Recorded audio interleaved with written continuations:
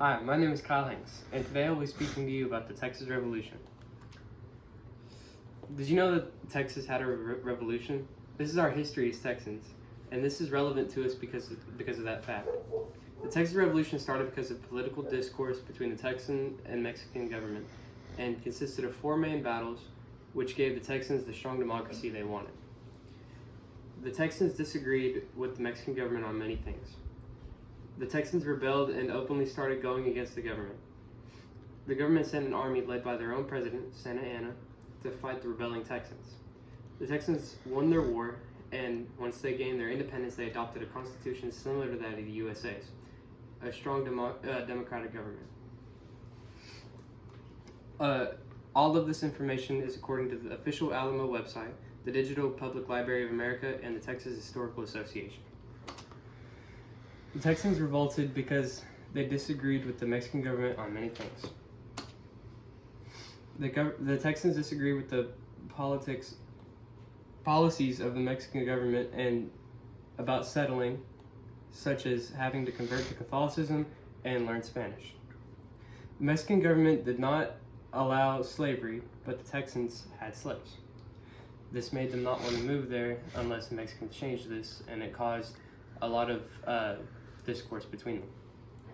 The Mexican government did not want the Texans to be armed, so they sent the Mexican army to take a cannon they had lent to the people of Gonzales.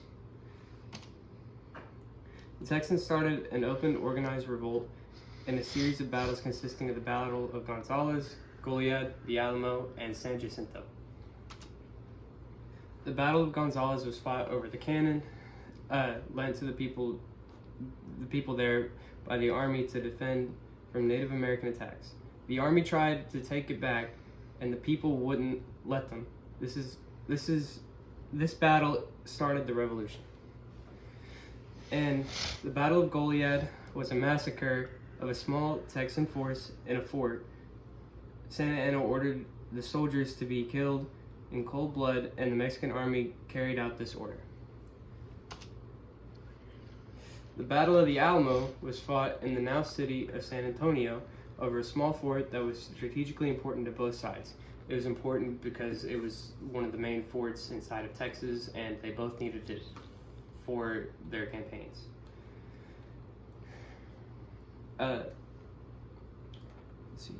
Santa Anna overran the fort after facing fierce and heavy fighting, then killed all the women, children, and men in the fort, sending only one man out as a messenger. This is the most famous battle.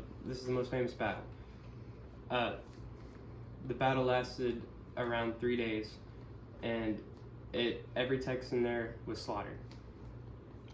The Battle of San Jacinto was the last battle of the Revolution, and was decisive in the fact that the Texans overran the Mexican force in a surprise attack, forcing Santa Anna to sue for peace, and the Texans being free and at peace in exchange for safe passage for Santa Anna back to Mexico City. After this, Mexico did not formally recognize Texas as an independent country, but they did leave them alone. The Texans had a government similar to that of the USA's, which was a strong and independent democracy. The Texans were free under their own government, allowed to work and live how they wanted. Under the Mexican rule, they were forced to do whatever the elites wanted. The Texans had their own presidents, not corrupt or unstable, but it was strong. The Constitution of Texas was very similar to that of the USA's, containing many of the same ideals and using the same policies. It gave them a very similar government.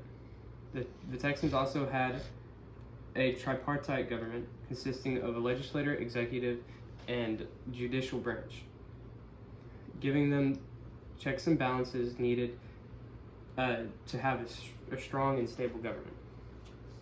This was similar to the US's because the US also had these checks and balances, and it kept them alive and kept them going. In conclusion, the Texas Revolution started because of the political discourse between the Texan and Mexican government. It consisted of 4 main battles, which gave the Texans the strong democracy they wanted. Thank you for your time. How long was that?